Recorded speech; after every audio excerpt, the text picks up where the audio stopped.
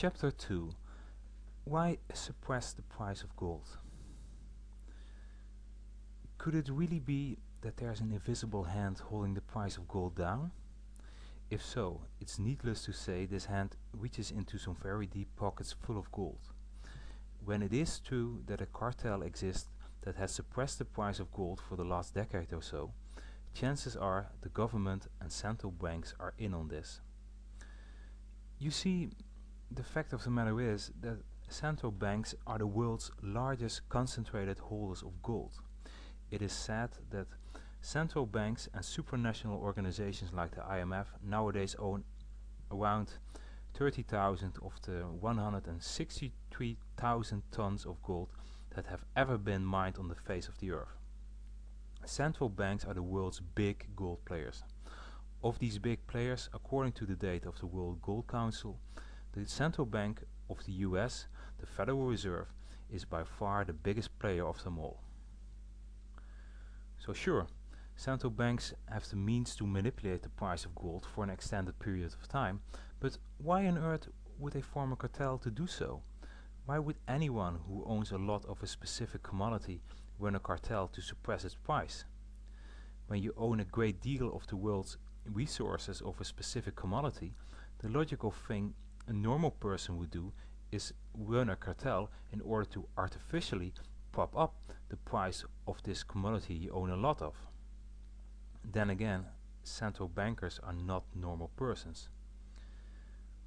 For a central bank can do something a normal person would go to jail for doing. They can print money out of nothing, legally.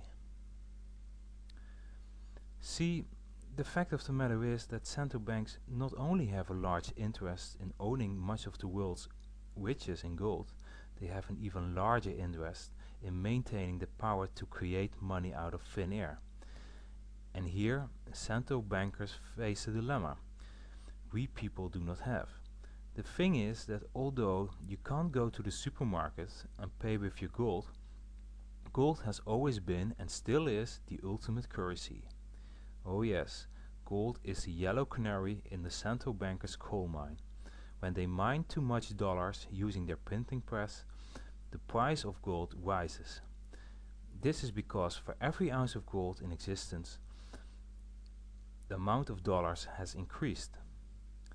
When the price of gold rises against the dollar, it expresses a signal of dollar weakness.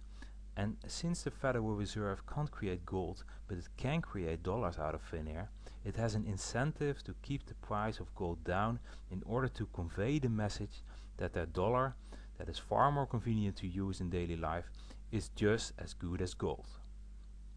Since the central bank's printing press can create unlimited dollars virtually free, it's far more profitable for a central bank like the Federal Reserve to sell off some of its gold at a price kept artificially low in order to sell their dollars at an artificially high price.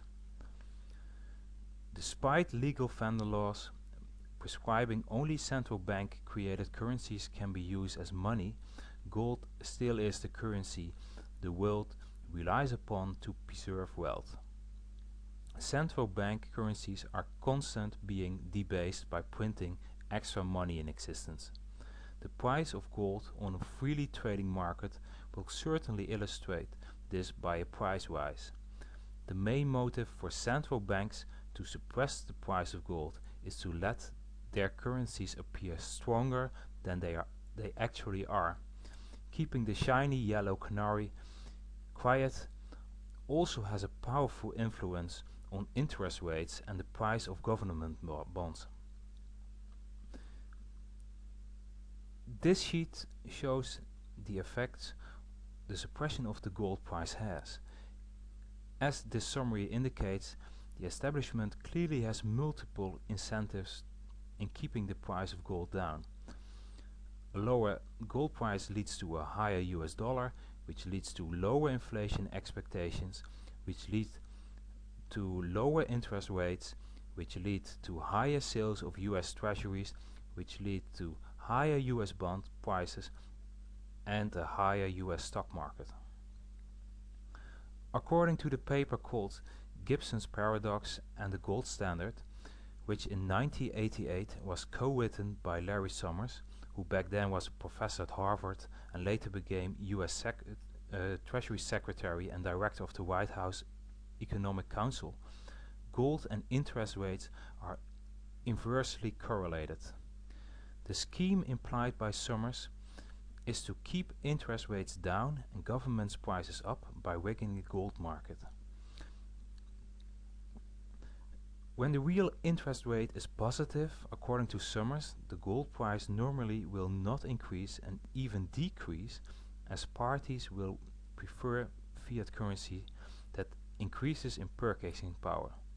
However, when the real interest rate is negative, the price of gold will increase as parties will seek to preserve their purchasing power. In this chart, we can see the real interest rate went negative in 1990 and dropped even further ever since.